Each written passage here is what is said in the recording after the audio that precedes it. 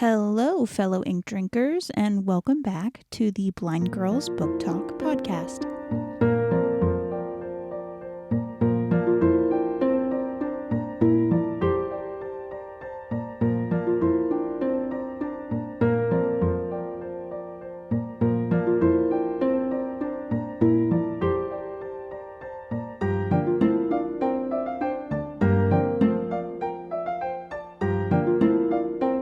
My name is Aria.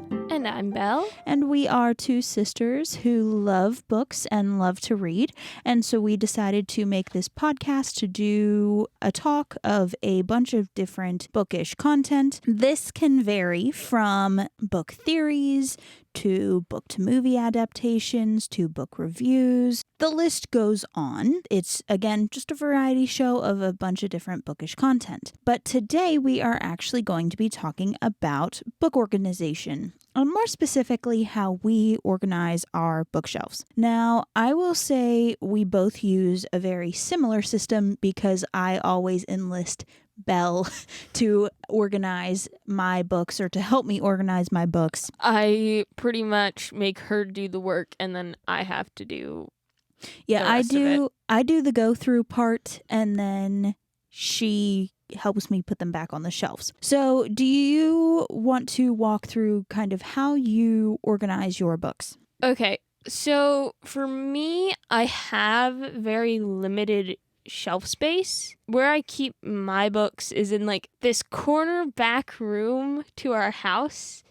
So I don't really have much space because the room is slanted with the roof of the house. I have two, I'd say, big shelves. Is that what you'd say? Yeah, you have two kind of standard bookshelves that are the normal tall and have like 5 to 6 shelves on them. And then you have three like baby.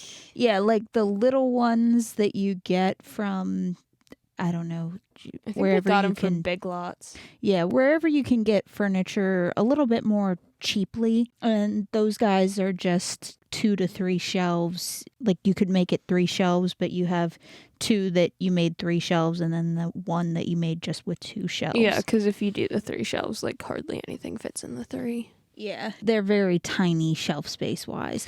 Yeah, so I don't have much shelf space for all the books that I own, which is fine considering I'm going to be moving out here soon. Yeah. So we're going to deal with it for now. But because of that limited shelf space, I have to kind of be creative on how I do organize my books.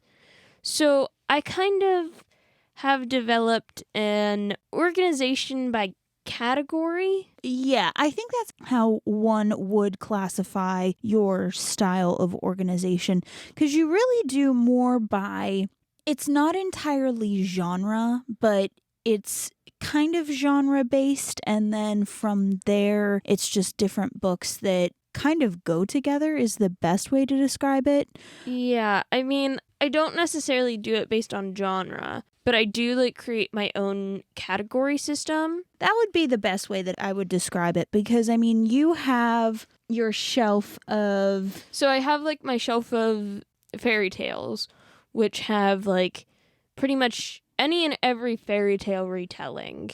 And then I just have a shelf of Beauty and the Beast retellings. Yeah, because Beauty and the Beast is one of your favorites. So there's that. And then I have a shelf that is a series of factual books that I've been collecting. So I have that. And then I have a shelf just of my copies of Austen. Yeah. And then I think I'm on 2 shelves of classics? Yeah, 3 shelves? Yeah, because we do use her little library study space as our recording space. And so looking at her shelves back there, I think there are 2 back there that are just full of classic literature that you want to read. And then I think the bottom one is your little bit of fantasy / magic that you have. Is that fantasy / magic?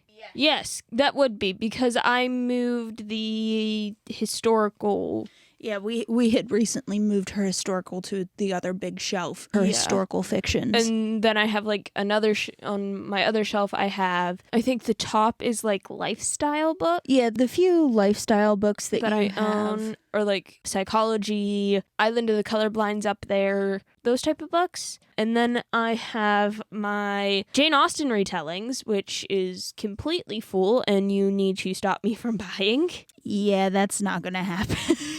And then you have my shelf of murder, because that's another category I do, which we're not even going to talk about that because that shelf is way past full. So we ain't getting to that. Yeah, you almost need to make that one 2 shelves, but you have no room to do that. Well, I kind of can't do that because on the shelf below it is my Shadowhunter fantasy shelf / the limited amount of romance books that I have. Yeah, one day we're going to reevaluate. I'll help you reevaluate a better way to do it because I know there's a better way to do it. There is a better way to do it, but we just can't think of it right now. I have very limited shelf space. Let's be real here. Yeah. Because before this room became my study / library, it was my playroom as a child.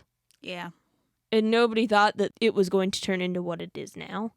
Yeah, this is definitely not what really anybody thought of when we had picked the rooms that we were going to be living in when Belle was a lot younger when we moved into this house. And so 7.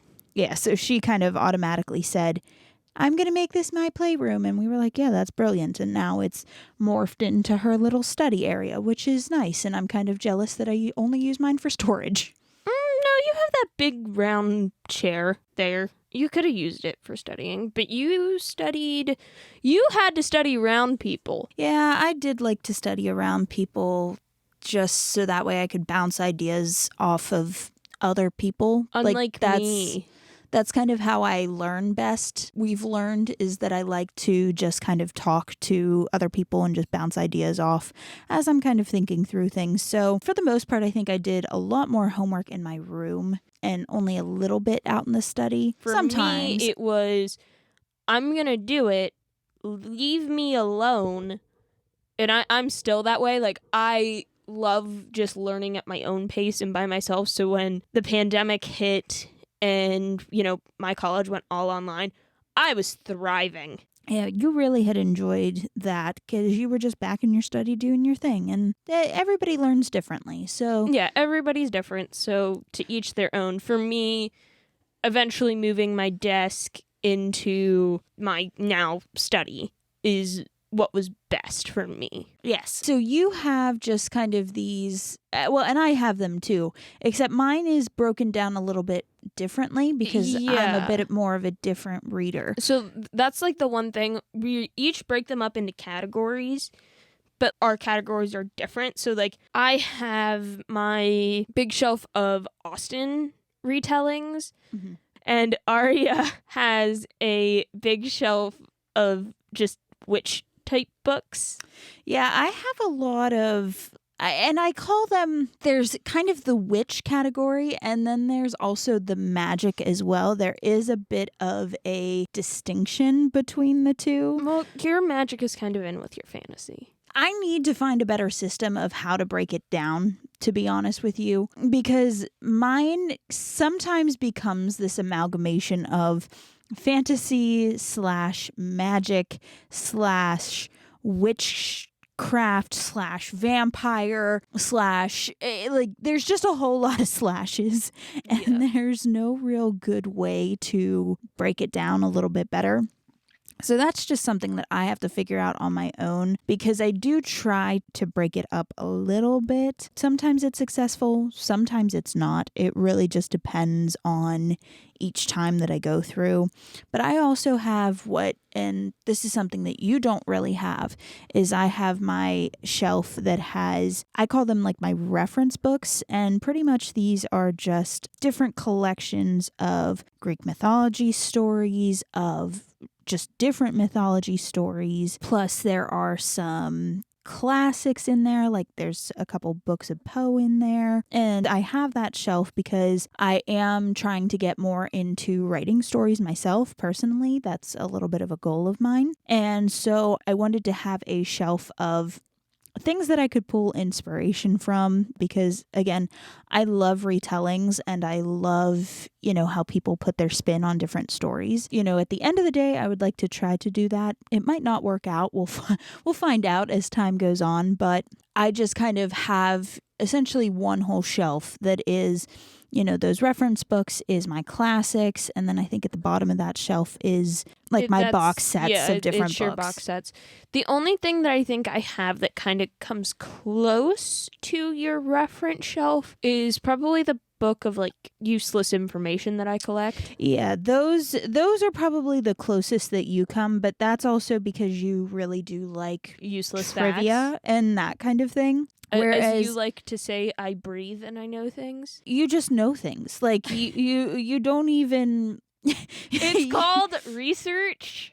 Yes, I know, which I am not the greatest at sometimes. You're a lot better at the research than I am. There have been different times when we've gone to things or we've stumbled across something and, like a movie or something, and we'll be watching said movie. And then by the end of the movie, Belle has figured out like the entire cast's life story and the writer's That's not true. The writer's goal and vision. That's not true. I'm exaggerating a little bit, but that's what it feels like though, because like there will be times that I will just be like, "Oh yeah, do you remember this thing? What do you think about this thing like XYZ?" Like it's just some random question.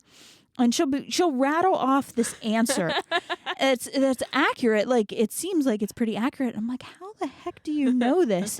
And she's just like, oh, I just looked that up. I found this at blah blah blah blah blah.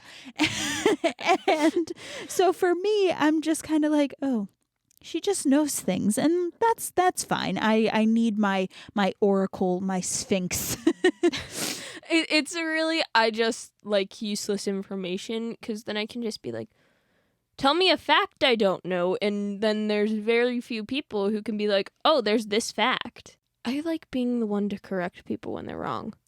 Yeah. And to win arguments. Don't get into an argument with me.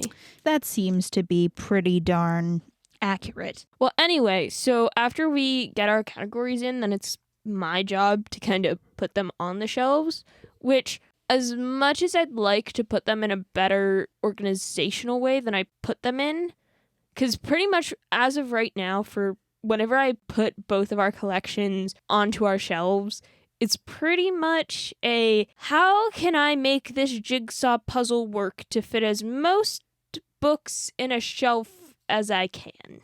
Plus all the shelf decorations. Plus all the shelf decorations, which... So, for me, I feel like you have more than me. I don't know, man. Like, looking around here, I feel like yours are just different than what mine are. Like, I think mine, because I do have, in the apartment where I live, I have my 2 cats that live with me. And so, a lot of things that can't be broken have to go on higher shelves because they normally don't really go up into the shelves. They have their own cat trees and things that they typically tend to stay towards. So we put the things on high shelves just for safety of the things that are breakable or plus important. You have Bingley, and Bingley likes to think your collectibles are toys.